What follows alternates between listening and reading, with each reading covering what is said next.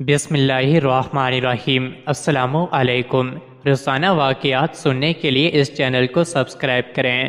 حضرت حسن بصری رحمۃ اللہ علیہ فرماتے ہیں، میں ایک متقی و پرہیزگار شخص کے جنازے میں شریک ہوا۔ اسے بصرہ کے قبرستان میں دفن کیا گیا۔ تدفین کے بعد لوگ اپنے اپنے گھروں کی طرف چلے گئے اور میں قریبی جنگل کی طرف چلا گیا۔ وہاں اللہ عز و جل کی قدرت میں غور و فکر کرتا رہا۔ ایک جگہ بہت گھنے درخت تھے۔ میں نے جب باغور دیکھا تو ان درختوں کے پیچھے ایک غار نظر آیا۔ میں نے اپنے دل میں کہا، شاید یہ غار ڈاکو اور لٹیروں کی عام جگہ ہے۔ جب میں اس غار کے قریب گیا تو دیکھا کہ وہاں نورانی چہرے والا ایک حسین و جمیل نوجوان ان کا جبہ پہنے بڑے خشوع و خضوع سے نماز پڑھ رہا تھا۔ میں اس کے قریب جا کر بیٹھ گیا۔ اس نوجوان نے رکوع و سجود کے بعد سلام پھیرا اور میری جانب متوجہ ہوا۔ میں نے سلام کیا، اس نے جواب دیا۔ میں نے اس سے پوچھا، اے میرے بھائی، آپ کہاں کے رہنے والے ہیں؟ اس نے کہا، میں ملک شام کا رہائشی ہوں۔ میں نے پوچھا، آپ شام سے بصرہ کس مقصد کے لیے آئے ہیں؟ اس نے جواب دیا، میں نے سنا تھا کہ بصرہ اور اس کے قریبی علاقوں میں عابدین و زاہدین اور باعمل علماء کرام بہت زیادہ ہیں، چنانچہ میں شام سے بصرہ چلا آیا تاکہ ان اولیاء کرام سے اکتساب فیض کر سکوں اور ان سے علم و عمل سیکھوں۔ میں نے اس سے پوچھا، تمہارے کھانے پینے کا انتظام کس طرح ہوتا ہے؟ یہاں جنگل میں تمہیں کھانا کیسے میسر آتا ہے؟ اس نے جواب دیا، جب بھوک لگتی ہے تو درختوں کے پتے کھا لیتا ہوں، اور جب پیاس محسوس ہوتی ہے تو جنگل میں موجود تالابوں سے پانی پی لیتا ہوں۔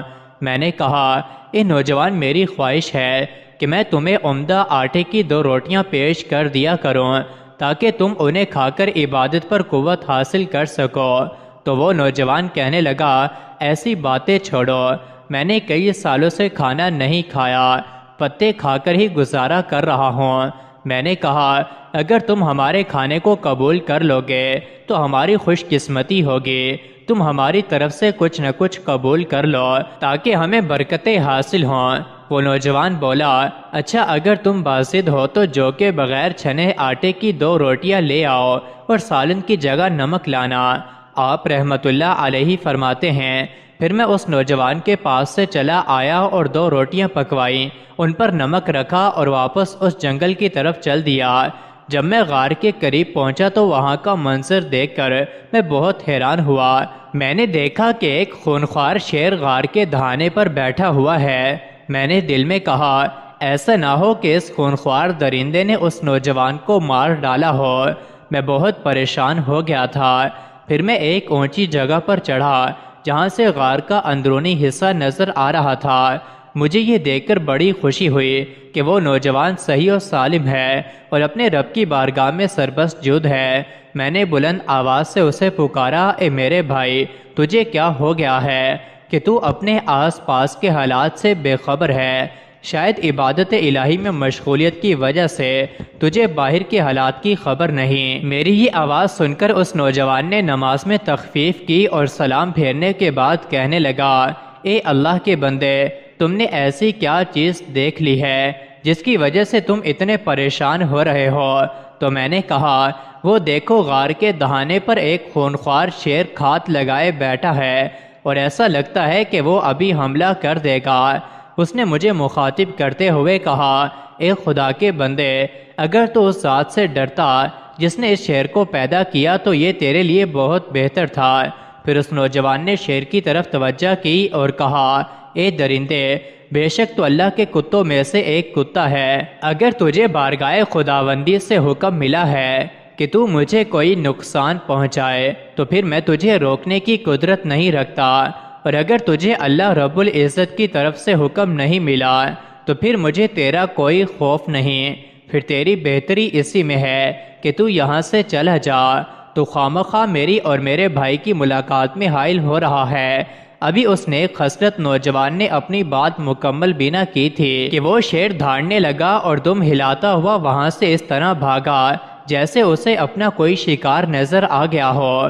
جب شیر چلا گیا تو میں اس نوجوان کے پاس آیا اور یہ کہتے ہوئے 2 روٹیاں اس کے سامنے رکھ دیں کہ میرے دوست، جو چیز تو نے طلب کی تھی وہ حاضر ہے۔ اس نے روٹیاں لیں اور انہیں حسرت بھری نگاہوں سے دیکھنے لگا، پھر وہ رونے لگا۔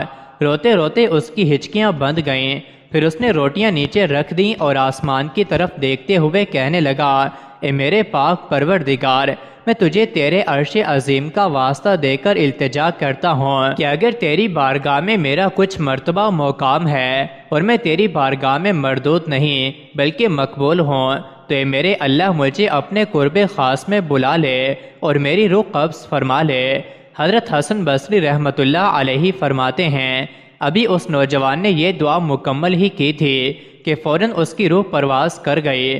میں واپس اپنے علاقے میں آیا اور چند متقی و پرہیزگار لوگوں کو جمع کیا تاکہ ہم اس نوجوان کی تجہیز و تکفین کر سکیں۔ میں اپنے ان ساتھیوں کو لے کر غار کی طرف چل دیا۔ جب ہم وہاں پہنچے تو دیکھا کہ غار میں تو کوئی بھی موجود نہیں۔ جس خوش نصیب نوجوان کی لاش کو میں ابھی یہاں چھوڑ کر گیا تھا، اب وہاں اس کا نام و نشان بھی نہ تھا۔ میں بہت حیران و پریشان تھا کہ آخر اس کی لاش کہاں غائب ہو گئی۔ اچانک مجھے ایک غیبی آواز سنائی دی۔ کوئی کہنے والا کہہ رہا تھا، اے ابو سعید، اپنے رکفا سے کہو کہ وہ واپس چلے جائیں، اب اس نوجوان کی لاش کبھی نہیں ملے گی کیونکہ اس کی لاش کو یہاں سے اٹھا لیا گیا ہے۔ مزید ایسی ہی ویڈیوز کے لیے چینل کو ضرور سبسکرائب کریں۔